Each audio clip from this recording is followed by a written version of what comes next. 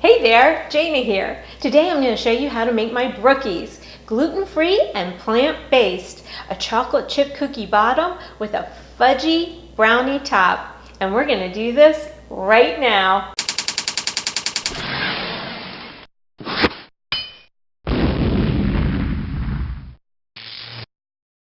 So let's get started. This is one of my oldest and most popular recipes on Nutritionicity.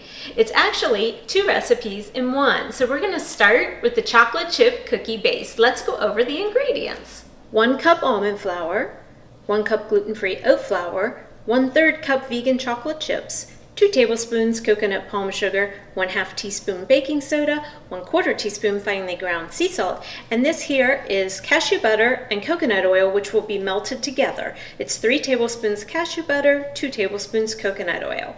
Over here we have 2 tablespoons coconut nectar and 1 tablespoon vanilla.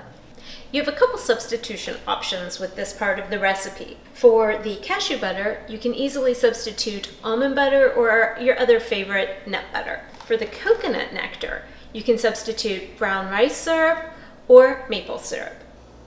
One important tip before we get started, I wanted to talk about measuring gluten-free flours.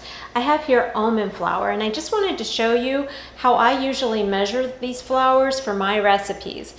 I don't pack it into the measuring cup. What I do is I fill the cup and gently tap until the excess is gone. So it's not packed, but it's not fluffed either. And that will give you just the right amount. So let's get started with our chocolate chip cookie base. Take all the dry ingredients and put them in a mixing bowl. And just to review, that's your almond flour, your oat flour, your vegan chocolate chips, your coconut palm sugar, your baking soda, and your sea salt. Mix it up and then add your wet ingredients. I've melted the cashew butter and the coconut oil together and then added in the coconut nectar and the vanilla. As you can see, that forms a lovely caramel-like sauce and it smells so good. Stir the wet into the dry. Now what I like to do sometimes as I'm doing this is I'll use a metal spoon because it makes it easier to get all the ingredients to blend with one another. You can kind of use a sort of chopping motion, which helps them to combine much quicker. Once your wet and dry ingredients are completely combined, you'll notice that it's the texture of a graham cracker crust where you can squeeze it together but still crumble it apart. Now we're going to pour it into our greased pan. If you want, you can use parchment paper instead of greasing your pan. And press it on the bottom. Again, just like you would do with a graham cracker crust. Spread it out and then press it evenly across the bottom of the pan. And now I'm going to show you the ingredients for the second part of our recipe, the brownie top. 1/3 cup almond flour, 1/3 cup gluten-free oat flour, 1/3 cup unsweetened cocoa powder, 1/4 teaspoon sea salt, 3 tablespoons coconut oil, 1/4 cup coconut nectar, 3 tablespoons nut milk, I used cashew, and 1 tablespoon vanilla. For the brownie top, we do the same thing for our first step that we did for the chocolate chip cookie base. We're going to combine all our dry ingredients in the bowl. And the good news is you get to use the same bowl. All I did was wipe mine out. I didn't even wash it. So you've got your almond flour, your oat flour, your cocoa powder, and your sea salt. Now a wooden spoon, mix that together.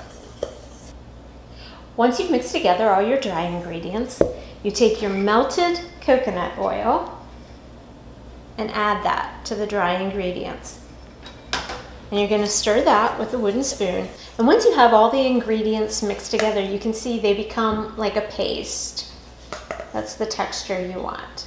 The next step is combining the nut milk and the vanilla with the coconut nectar. And again, don't forget, if you need to, you can substitute brown rice syrup or maple syrup for the coconut nectar.